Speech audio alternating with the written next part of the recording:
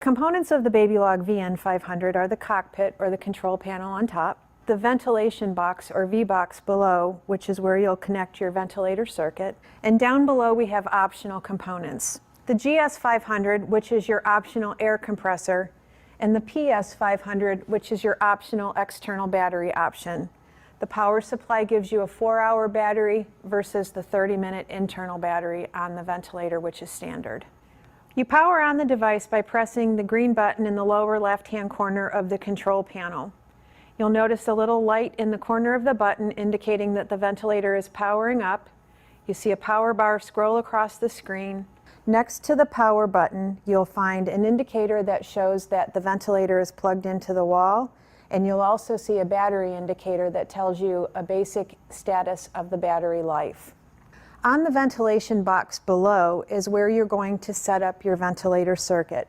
The inspiratory limb of the circuit plugs into the nozzle on the right. The expiratory limb plugs into the nozzle on the left. If I lift the door, this is where the expiratory valve and muffler can be found, which are two of the components that are replaced between patients. Should you want to use a filter in line, if, for instance, you're doing a breathing treatment or have concerns about filtering the gas going to the room, the filter would go between the expiratory limb of the ventilator circuit and the expiratory valve. It is notable to point out that the gas flow on the VN500 never goes inside the box. It goes through the expiratory valve and out the muffler to the room, so there's no gas that goes back inside the box. Now that the ventilator is booted, you'll see on the control panel that I have the option to choose either current patient or new patient, which simply means do I want to recall the previous settings and data, which is current patient, or do I want to reset everything to default and clear out all of the trends and data. If I touch new patient, you're going to notice that the button turns yellow and the rotary knob on the lower right-hand corner of the screen turns yellow as well. This is like your enter button on the computer. You press it to activate whatever you chose on the screen. Once you've chosen new patient, the ventilator screen will take you to the Start Standby window. You'll notice that the ventilator is alarming, perform device and breathing circuit check, which is reminding you to check the status of the last pre-use test. Simply touch the alarm reset button next to the alarm message. Notice that the rotary knob lights up to remind you to confirm. By confirming, it clears that message. To check the status of the last system check, which is the pre-use test, you simply touch the System Check tab on the top of the Start Standby screen, and it takes you to the overview of the last device check and breathing circuit check and their status. Once you've confirmed that this has been done successfully, you can look at the device check and make sure that each of the components has a green dot indicating that all of the components have been successfully completed. Touching Start Standby takes us back to the standby screen where we can continue getting the ventilator set up and ready for the next patient. Notice in the middle of the screen a button that says Wait. This is where you're going to be able to set the patient's weight so that the ventilator will calculate your cc's per kilo based on the breath-to-breath tidal volume. Simply touch the button, turn the knob to dial in the patient's weight, and confirm. Touch, turn, confirm. That's a really important component of Dräger technology. If you go to the lower left-hand corner of the screen, you're going to find the Ventilation Settings tab. By touching that, it's going to open the window that gives you your modes of ventilation. You have configurable tabs that give you the 4 most often used modes. Other modes shows you everything that the machine can do. You have your basic or general ventilation settings and an additional settings tab for the additional adjuncts to the modes of ventilation. If you notice your modes of ventilation, what you're going to see is that every mode has a prefix of either PC for pressure control or SPN for spontaneous breathing.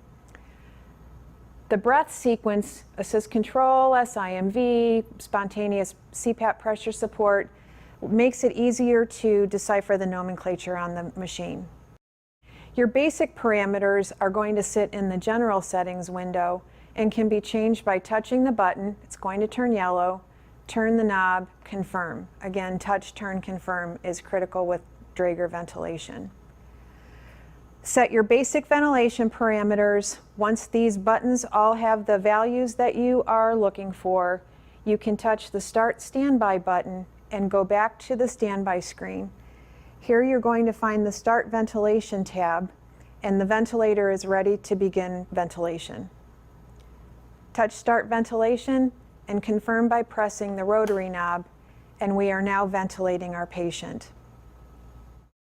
The basic layout of the screen, you're going to find your ventilation settings in the buttons across the bottom. Again, touch, turn, confirm to make changes. Make sure that the button has the value that you indicated that you intended to change. Touch, turn. If I don't confirm, you're going to see that the ventilator will give you a setting not confirmed message to remind you that that setting has not been changed. This message can be cleared by touching Alarm Reset, confirming Clear off the screen. So our vent settings sit across the bottom. Anything that's blue is measured, anything that's green is set, and then we've got our graphics in the center of the screen. The screens on the VN500 are configurable. The values might be in a little bit different order or sitting on a different part of the screen, but anything that's blue is measured, green is set. So green is the machine, blue is the bed. Across the top of the header bar, what you're going to see is your patient category. I know that I'm in neonatal. Then I have a clock and a battery indicator. The next section of the screen is going to give you your mode of ventilation and any adjuncts that are active in that mode. The second part of the screen over here is going to be where your alarms are displayed. The alarm indicator has not only the audible tone, and your alarm silence can be found in the lower right-hand corner of the screen, gives you a little indicator of your 2-minute alarm silence. You get your alarm message, but you also get a 360-degree indicator that your screen, if you can't see, I can still see the alarm indicator across the back. Once your alarm is resolved, your alarm messages will stay across the top of the screen. Troubleshooting alarms is very simple. You simply touch the message.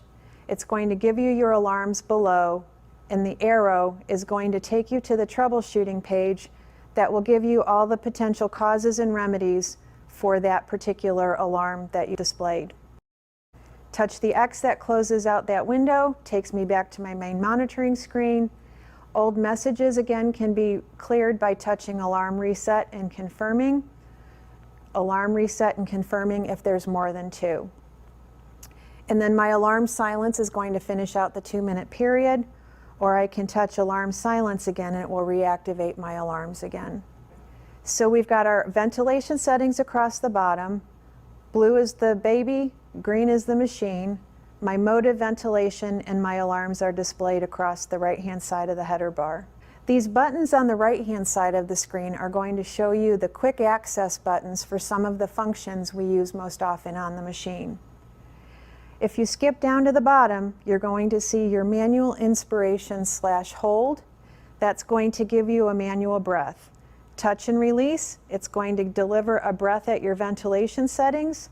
This button does also function like a manual resuscitator in that I can hold the button down and it will deliver a breath for up to 5 seconds.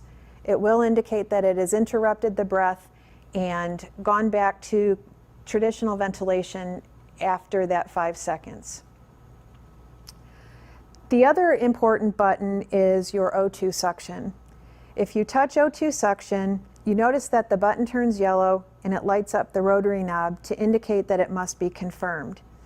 O2 suction gives you oxygen enrichment for a period of 3 minutes, and it also allows for the disabling of the disconnect alarm if you were to need to disconnect the patient for hand ventilating and suctioning.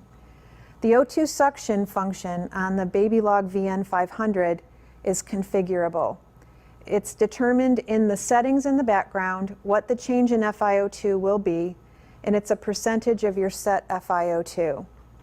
Your set FiO2 is always in the lower left-hand corner of the screen. Your analyzed FiO2 is always displayed on the front of the ventilator box next to the FiO2.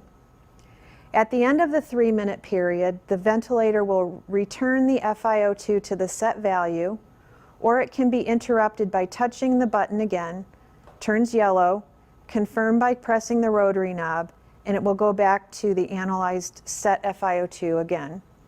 Notice that the button is light green when it's available, it's dark green when it's active. And again, it can be interrupted at any time if you want to quickly return the patient back to the set FiO2.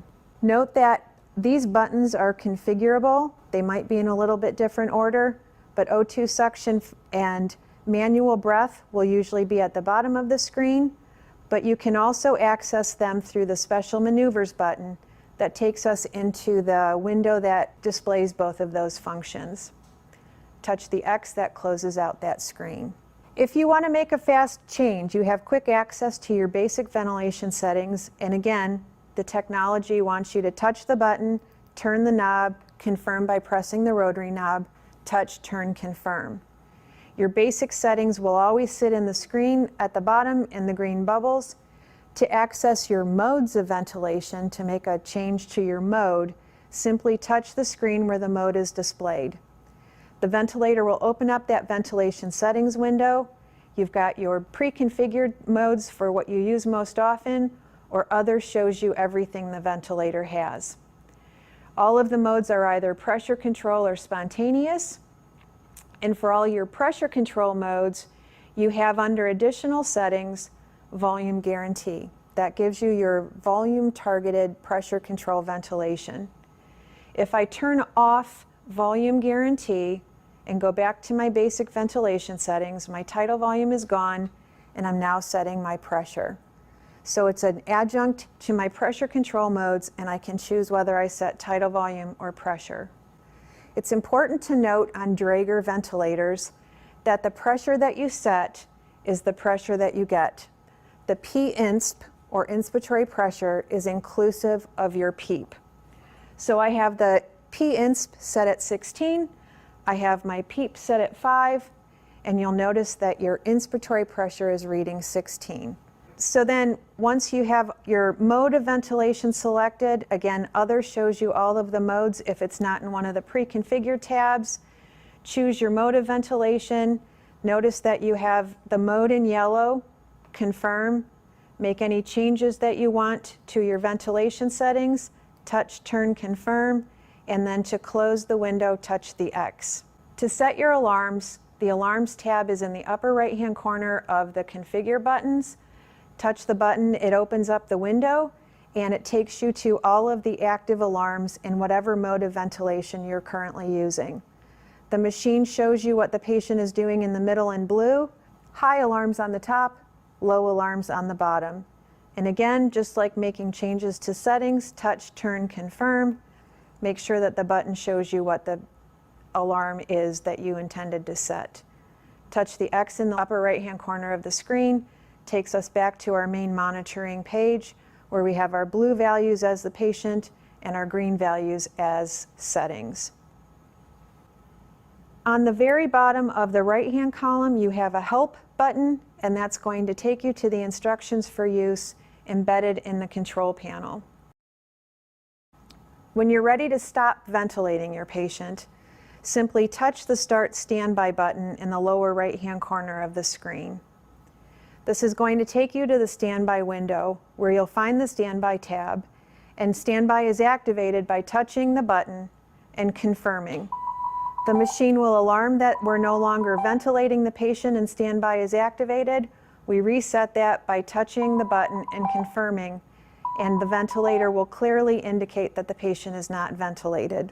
To begin ventilation again, simply touch Start Ventilation and confirm, and it takes us back to ventilating your patient. To turn off the ventilator, your on-off switch is in the lower left-hand corner of the screen. If I touch it while